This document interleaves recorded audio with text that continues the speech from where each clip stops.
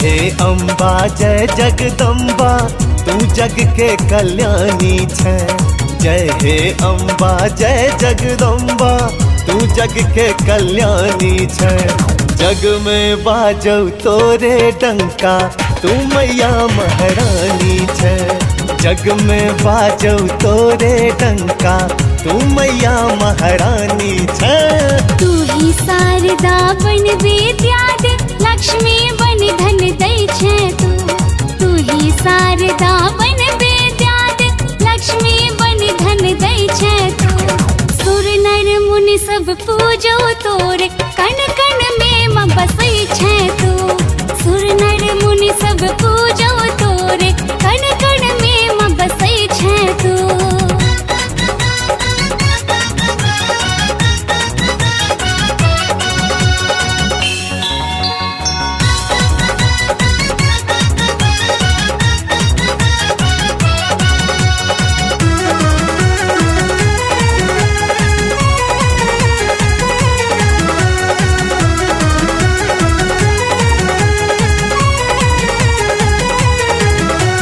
तोरे मंदिर में आबि क राजा बनले छलै भिखारी जे। तोरे मंदिर में आबि क राजा बनले छलै भिखारी जे। ओकरा ने कोनो डर न चिंता जे छै तोहर पुजारी गे। ओकरा ने कोनो डर न चिंता जे छै तोहर पुजारी गे। जेकरा ने संतान छलै तू ओकर कोइख भरल ही माँ। जेकरा ने संतान छलै तू ओकर कोइख भरल ही माँ। रोगी के तू निरोग करै छै सबके कष्ट हरल ही माँ। रोगी के तू निरोग करै छै सबके कष्ट हरल ही माँ।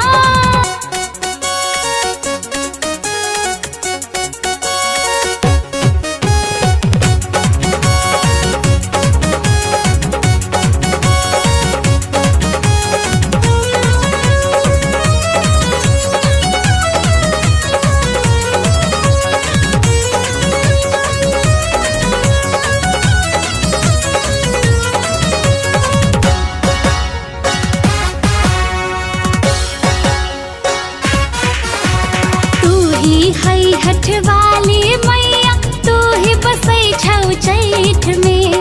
तू ही हई हठवाली मैया तू ही बसै छौ चैठ में। तोरे पूजा आसिन में हो तोरे पूजा चैत में।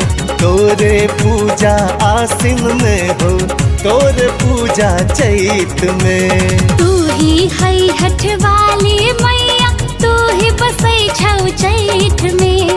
तू ही हई हठवाली मैया तू ही बसै छौ चैठ में। तोरे पूजा आसिन में हो तोरे पूजा चैत में। तोरे पूजा आसिन में हो तोरे पूजा चैत में।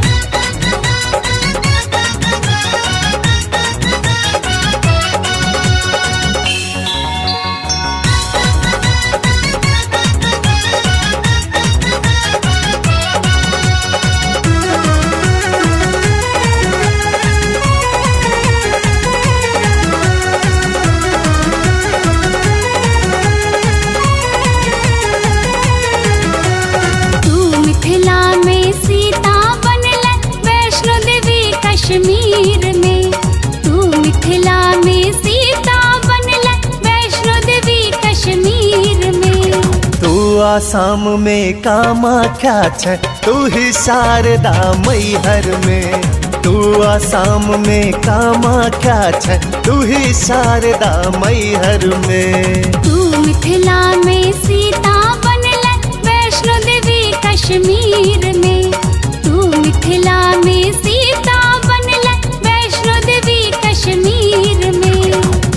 आसाम में कामाख्या छै, तू ही शारदा मैहर में। तू आसाम में कामाख्या छै, तू ही शारदा मैहर में। तू आसाम में कामाख्या छै, तू ही शारदा मैहर में। तू आसाम में कामाख्या छै, तू ही शारदा मैहर में। तू आसाम में कामाख्या छै, तू ही शारदा मैहर में।